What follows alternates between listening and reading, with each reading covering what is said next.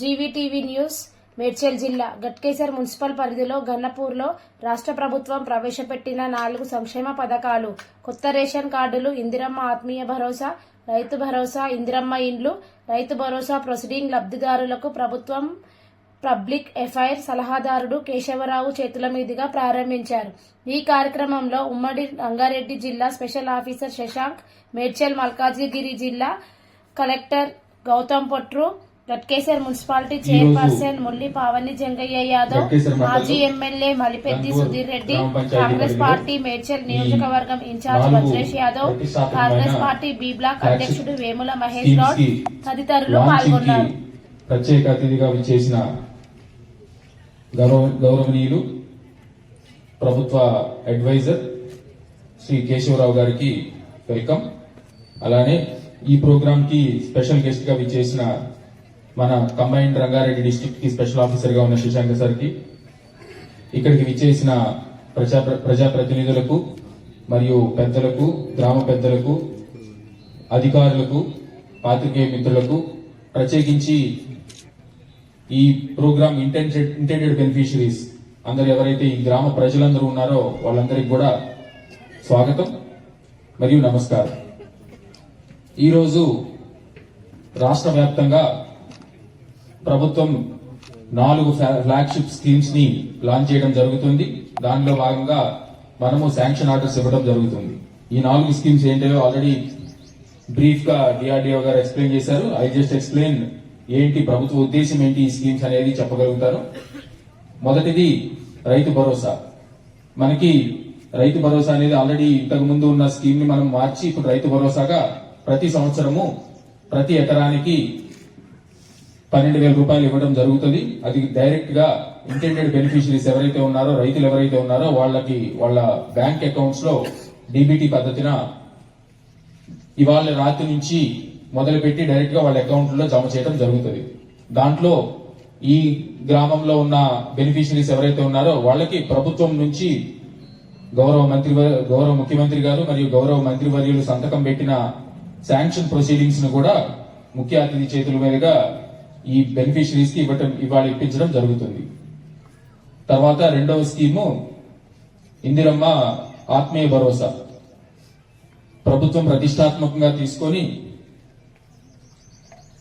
ఎవరికైతే భూమి లేదో, భూమి లేని నిరుపేద కూలీ కుటుంబాలు ఎవరైతే ఉన్నారో వారందరికి కూడా రైతు భరోసా లాగానే వారికి కూడా ఎకరంకి సరిపడా 12,000 రూపాయలను వాళ్ళకి ఇవ్వటం అనేది ఇవాళ నుంచి లాంచ్ చేయడం జరుగుతుంది.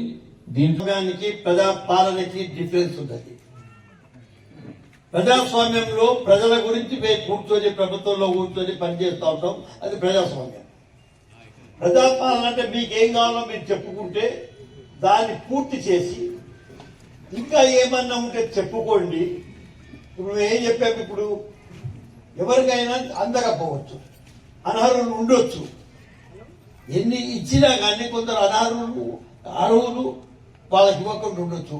వాళ్ళకి సమయం ప్రక్రియ ఇది జరుగుతున్న ప్రక్రియ. కాబట్టి ఎవరికైతే దొరకలేదో వాళ్ళు మళ్ళీ టైం కూడా ఉంది, పెట్టుకోవచ్చు. అది ప్రజాపాలన.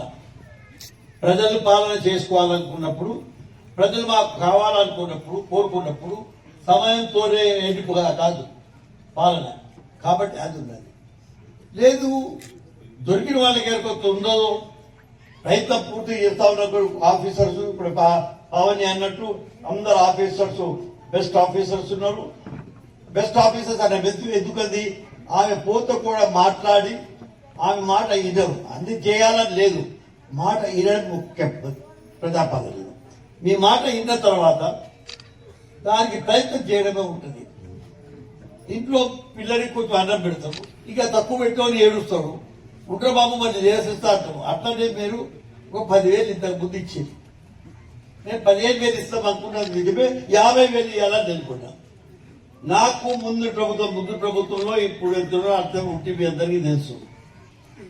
నాకు ముందు ప్రభుత్వంలో కొంచెం డిఫరెన్స్ వచ్చింది. ఒక డిఫరెన్స్ దీని విద్య ఆత్మీయ భూమి లేని రైతు అవుతుంటాడు. అసలు రైతు అంటే ఎవరు? రైతు అంటే పంట పండించేటోడు. కట్టె పట్టుకొని ఎడ్లను పట్టుకొని భూమి మీద పోయేసి భూమి దున్ని పండించేటోడు రైతు. భూమి నాకు ఉన్నదే కలకత్తాలో కూర్చోను, లేదా అమెరికాలో ఉండు, హైదరాబాద్ లో కూడా సెక్రటేరియట్ లో ఉండు, నాకు భూమి ఎక్కడ ఉంది అనేది ప్రతిసారి 40,000 వస్తా ఉంటే నాకు కూడా ఒకసారి వచ్చింది, దాన్ని వాపస్ చేస్తాను నేను వికారాబాద్ లో. ఎందుకంటే నేను భూమి చేయలేదు, ఇది భూమి అట్లా ఉండదు అక్కడ, కానీ పైసలు మాత్రం వచ్చింది. నేనైనా ఇది ఎవరైతే దున్నుతున్నారో వాళ్ళకి దొరకాలి, బీద వాళ్ళకి సాయం చేయాలంటే. దురదృష్టవశాత్తు దేవుడు ఎక్కడున్నారో నాకు తెలియదు, కానీ ఒకళ్ళు పెద్దగా ఒకళ్ళు చిన్నగా అవుతా ఉన్నారు. ఒకళ్ళు బీదగా ఉన్నారు, ఒకళ్ళు గొప్పగా ఉన్నారు. ఈ బీద గొప్పతనాన్ని తీసేసి అందరు సమానత్వం చేయడానికి గురించే ఈ ప్రభుత్వాలు వచ్చినాయి. మీరు ఎలక్ట్ చేసుకుంటూనే వచ్చింది, అంటే మీ కోరికల్ని పూర్తి చేయడానికే వచ్చింది. కాబట్టి దాన్నే మేము ప్రజాపాలన అనుకుంటాం. ఇవాళ 4 కార్యక్రమాన్ని పూర్తి చేయాలనుకున్నాం, ప్రారంభించాం. మీరు 4 కార్యక్రమాలతో ఈ ప్రభుత్వం ఆగిపోతుంది అనుకోకండి. ఇది 404